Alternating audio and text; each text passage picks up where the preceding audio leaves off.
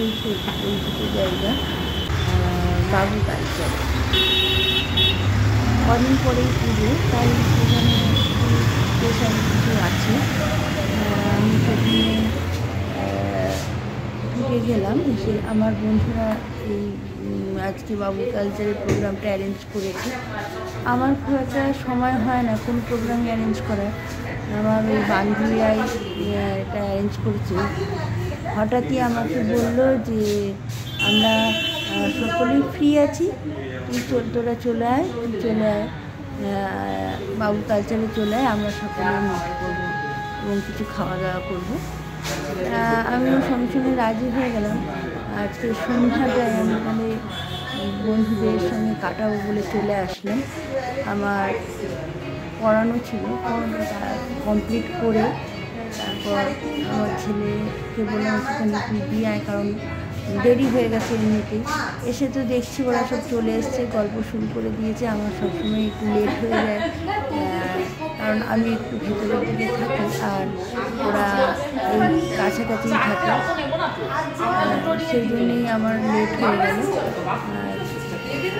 এসে দেখছি ওরা গল্প জুড়ে দিয়েছে। না আমি ভিডিও করছি, ওরা যেন আমাকে সবসময় বলে তুই ভালো ভিডিও করতে পারিস, তুই ভিডিও কর, তাই আমাকে ভিডিও করতে হয় সবসময়। আর আমার যে বান্ধবীর সঙ্গে দেখতে পাচ্ছে যে সোনালি, ও তো ভিডিও করতে ও স্যার সবসময় ভিডিও করেই চলেছে, ও খুব মজা পায় ভিডিও করলে। এবং আমি যে ভিডিও করছি আমার সঙ্গে সঙ্গে চলে এসেছে। এই নিয়ে ওরা খুব হাসাহাসিও করছে। যাই হোক, প্রত্যেকে আলাদা আলাদাভাবে ফটো তুলছি। আর সোনালি তো স্টাইল করতে ওস্তাদ, তাই স্টাইল করে করে ফটো তুলছে। প্রত্যেকে একটা একটা করে ফটো তোলা হচ্ছে। যাই হোক, এখানের যে ব্যবস্থাপনা দেখলাম খুবই ভালো লাগলো, খুব সাজানো গুছানো। এরপরে আমরা কিছু খাবার দাবার অর্ডার করলাম।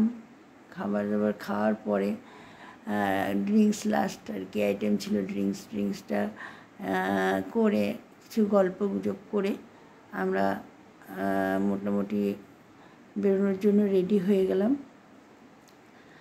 সবাই বললো যে আমি যেহেতু ভিডিও করেছি আমার ফটোই তোলা হয় না, তাই ওরা আমাকে একটা ফটো তুলে দিল। তারপরেই আমরা বাড়ি যাওয়ার উদ্দেশ্যে রওনা হলাম। টাটা। আমার এই ভিডিওটা সকলের কেমন লাগলো অবশ্যই জানাবে। Thanks for watching.